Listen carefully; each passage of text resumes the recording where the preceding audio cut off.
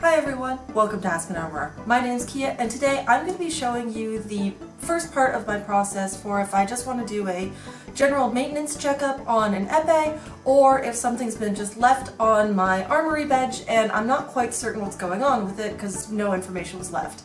As a side note, please don't do this to your club armorers. Please make sure to actually leave a note or tell them what's going on in person so that we're not guessing. Saves everyone's time.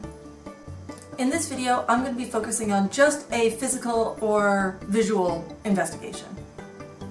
So for this, all you're going to need is the blade in question. When I'm doing this, I tend to start at the tip, move my way down the blade, and end at the handle area, just so that I make sure that every time I'm doing the same process, and therefore won't potentially miss an obvious step. You can feel free to follow this or develop your own method if that works better for you. Also, I like sometimes having a notepad and pen around, just if I'm working on multiple things or if there is a lot of errors within one blade, I can make sure to take note of them. So as I don't do repairs as I go, I do them all at the end. So being able to make notes on them just makes life a little bit easier so I don't forget something when I'm doing that.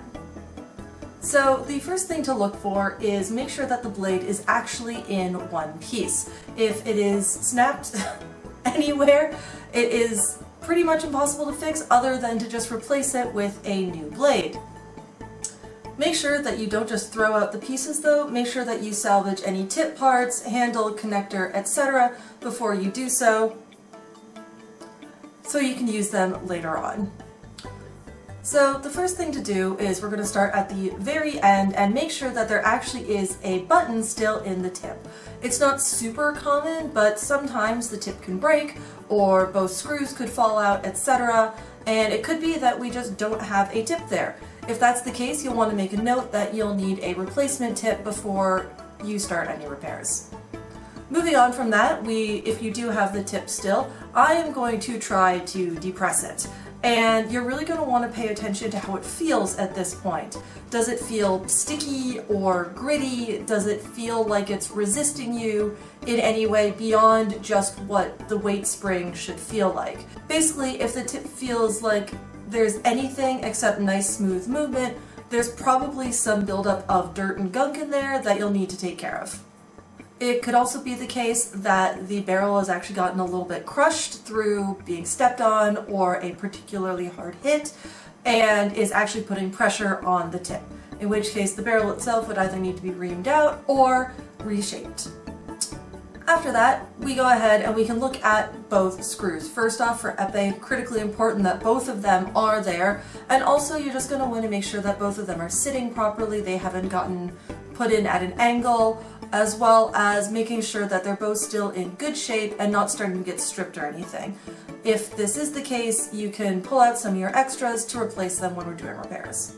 Now, the final thing that I look at in the tip is to make sure that there are no cracks on the barrel itself. Typically, if there are any of those, they will happen right at the base of the barrel where it meets the blade, as this is where the most pressure is applied typically when the barrel is being tightened on. However, they can form anywhere, again, if it was stepped on, particularly bad hit, anything like that could lead to cracking all across the barrel. And in that case, unfortunately, it will mean a rewire, as the only way to replace a barrel on a wired blade is to break the wire. So, unfortunate, but it does happen sometimes.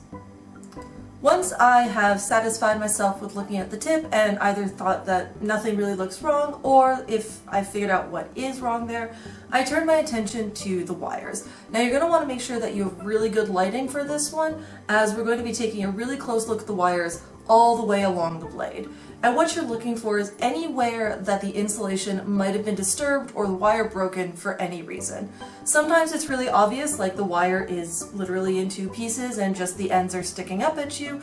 Other times it's really subtle and you're just going to have to look for somewhere that the wires have potentially gotten crossed, as this can result in some friction and a bit of insulation strip between those, or if you see a little bit of copper shining at you from anywhere along the blade. So I just start at the tip and work my way slowly down all the way to make sure that the wire looks to be as in good shape as it can be, or at least I can't see anything. Now, it can be a little tricky to spot these things at first, but you do get better at it with practice, and it becomes really obvious what you're looking for over time. Unfortunately, if you do have any issues with the wire insulation, it pretty much guarantees that you're going to have to rewire it, as there's not a whole lot else that we can do to restabilize that once it's started getting stripped. Now, once you have looked at the wire along the entire length, you're going to want to turn your attention to the spaghetti wire right at the base of the bell guard. Now, it's really important, Epee, that you only have a very little bit of spaghetti wire sticking out. You want a little bit to protect the wire as it bends around the base of the bell guard, but because it's not grounded, if there's too much of it, it could potentially become a place of target area. A very small one, granted, but if somebody hits you right there and you have too much spaghetti wire exposed, it could mean that it registers as a hit and would be valid. So you want to make sure, I typically mean it's like a quarter to half of a centimeter kind of thing sticking out there, very little bit. But what you want to look for here is to make sure that the spaghetti wire hasn't gotten pulled either out of the bell guard or up into it, therefore exposing the wire to that friction, and that it hasn't gotten kinked or bent or broken anywhere. Pretty much any issue that you see in the spaghetti wire is indicative of an issue with the wire that is containing, as the spaghetti wire's job is to protect the wire inside of it.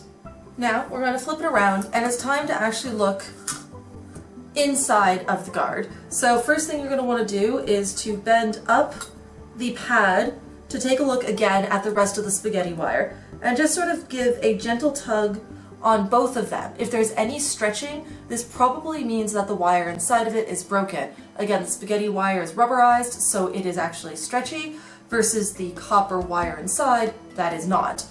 If you're really lucky and there is a break, there will still be enough of the wire to just reconnect to the connector, and you can just do that and go about your day. However, if you're not lucky, it will have broken too close to the guard and you'll just have to do a rewire. Next, you're going to come up to the connector and make sure that the wire is actually well connected to both of these pins here. So as you can see in this one of those is actually not present, so that's probably what the issue with this one is. I'll need to go take a look at that and fix that later. But the other one is still well connected, and the spaghetti wire is nestled up at the top there. Also want to make sure that these are also nice and tightly screwed down and are actually holding the wire securely in place and aren't loose. Any breaks or loose connections here will obviously lead to missed touches, as the connection is just not secure at all. Finally, you're going to want to look for any potential grounding issues. So this could be either, is there extra wire coming out of either of these pins that is inadvertently touching a different part or a different metal part, either the guard or another one of the pins, in which case you'll need to remove that and make sure everything is nice and tidy. Or is the connector itself bent too much that it is grounding against the guard? You're just going to want to make sure everything looks as it's supposed to and everything is well insulated from each other. Now, the final thing to look at is to make sure that the handle is actually nice and secure. So again, you see this one is moving a bit just as I'm holding it here, so I know that I need to tighten this back down. But if you do find that the handle is loose, you're going to want to go back and double check the two wires really closely, as any movement in the handle will likely lead to a pinching or a breaking of the wires underneath it as it emerges underneath the handle from the bell guard. And if you find that just taking your Allen key or wrench and trying to tighten the handle does not work, what you might need to do is add a lock washer or trim down the tang or switch out the handle for one that fits the tang length a bit better. So there you go, that's how you do a visual check of an epee, either if you don't know what's wrong with it and are just looking for anything that might be an issue, or if you just want to give it sort of a once-over before practice or a tournament to make sure that everything is in good shape and ready to go. As you can see, there's a lot to look for, but I promise it gets a lot easier. You just learn what to look for, and I can do a check like this in under 30 seconds just because I know what I'm looking for and things kind of jump out at me at this point, so it does get easier with experience.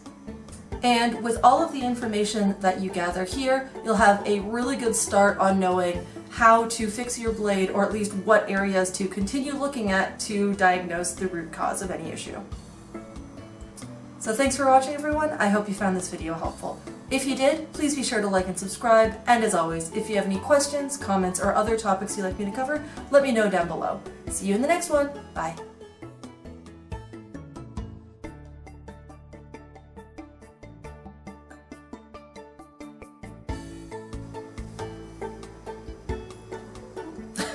Are you gonna help this time? Your sister helped last time. Are you gonna help this time? Sure, you can help this time. Oh, you're both gonna help. Okay.